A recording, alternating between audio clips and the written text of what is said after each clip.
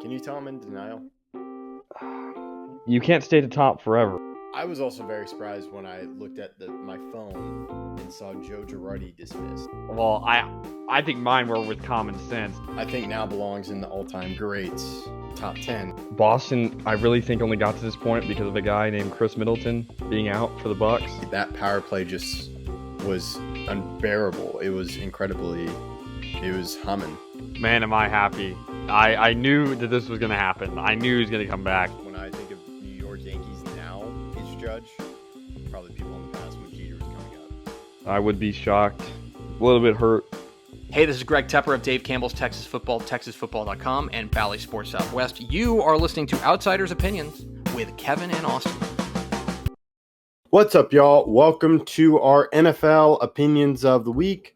We've already done plenty of NFL videos, but this one has become a common pattern for this team. Besides holdouts on the defensive side, the Cincinnati Bengals, Austin, have played a lot of games without Joe Burrow. That's completely true. And with that fact comes the injury history of Joe Burrow. He's now had 3 what I would consider major injuries. The first one being his ACL tear in his rookie year. Then a couple years ago, he tore a ligament in his wrist. And then this year, he has a tear in a tendon in his toe. It's kind of like turf toe, but it's worse than turf toe because turf toe you usually don't need surgery for. You rarely need surgery for turf toe. So this is a more severe injury than that. Will the Bengals ever change? By changing, we're not talking about the defense. We'll come back to the defense eventually. They have one of the worst defenses in the league, and that's been a consistent mantra for them for a couple of years now. They don't pay their players. We'll avoid that for now. We're just looking at the offensive side of the ball where they pay T. Higgins the money. Sure, I get paying Joe Burrow. I get paying Jamar Chase. But they pay T. Higgins instead of paying for the O-line that has consistently been the worst. Yeah, I saw a stat, Kevin. I want you to say who has more sacks who's been sacked more in their career, Andrew Luck or Joe Burrow? I'll give you the amount of games played. So these are regular season. Andrew Luck played 86 games. Joe Burrow's played 71 games. Who was sacked more in their career to this point? To this point? Ooh. Yes. I want to say, since we're doing a Bengals video, Joe Burrow. Yes. So in 86 starts in the regular season, Andrew Luck was only sacked 174 times. And that's a lot. That's a sack percentage, if you're looking at it, around 5%, which is extremely high.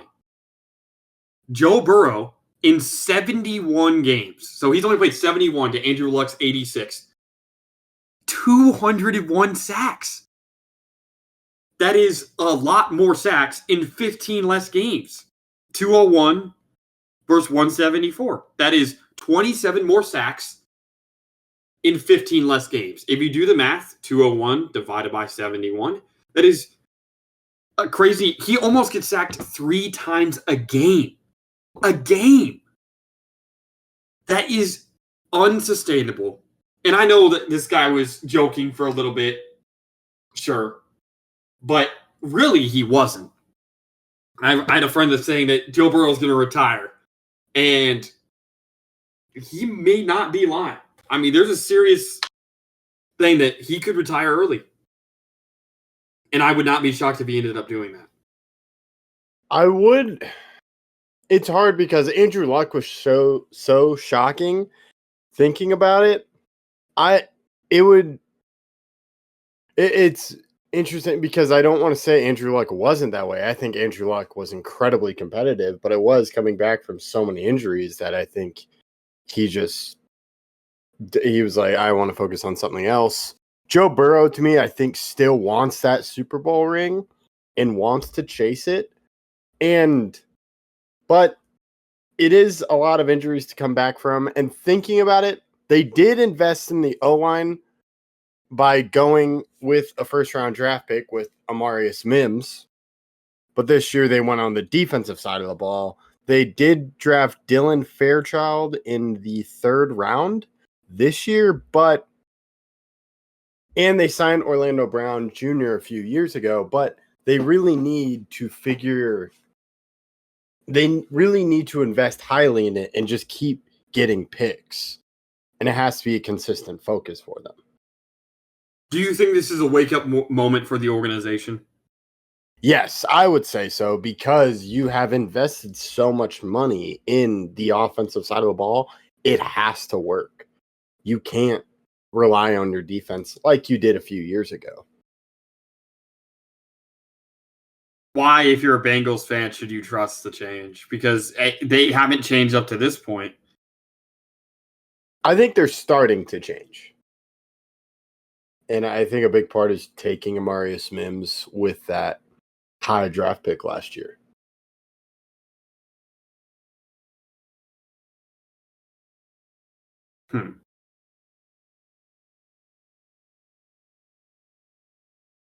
Okay. Yeah. I just have my doubts. I really do, because I've been thinking they're going to change and they just refuse to. And at what point is it too late? At what point are they just making these moves as a reactive measure, and it's too late to actually help Joe Burrow not have prolonged issues throughout the career for him? That these aren't going to be issues like Matthew Stafford's back that was so messed up by his playing time with the Lions that aren't going to be necessarily fixable. You can amend them, sure, and you can give them as much care as possible, but at some point, these injuries are going to affect him longer than just the time it takes for him to get back on the field.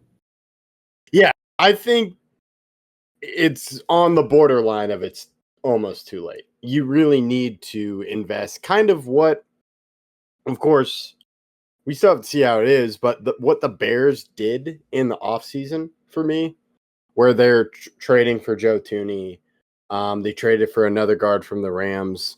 They really made a lot of trades. And yes, you have to get good players, but also you have to make moves to go get those guys. So they'll pick up a guy here and there, but they just have to do an overhaul. And to me, you also got to look at, okay, can we get someone that is great with offensive linemen? Because they had someone a few years ago that was amazing. I don't know if he's still on the staff.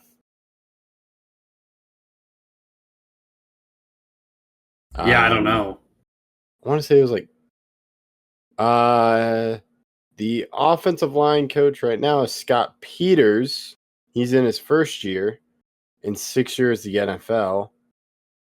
So yeah, I think they're trying with a new guy, but if it doesn't work, I would go get an established guy, because you need to establish your offensive line. And do you think that this is something that do you think this is something they heavily invest in free agency as well, or just draft pick wise?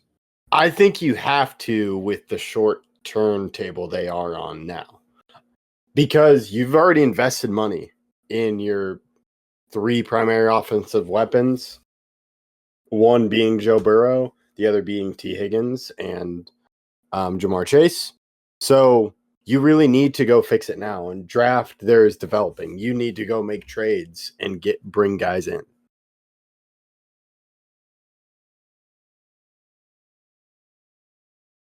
Will Joe Burrow finish his career a Bengal? Yes.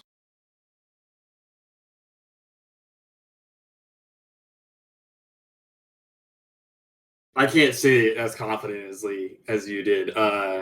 So, like, what do you mean, like, will finish? Like, he demands a trade, or? That his plays for the Bengals his entire career. That's what the finish his your career means. Yeah, I would say that. Yeah. Okay, I can't say that as confidently. I think you could ask, does his career end before in the next 3 years or after? Well, really, does he get another contract after this contract? Because of he retires. I wouldn't say he retires before the contract's up, but I could definitely see him retire shortly. But at the same time, I don't know if he demands a trade or just leaves in free agency saying like, hey, I'm not coming back if you don't invest in the offensive line immediately.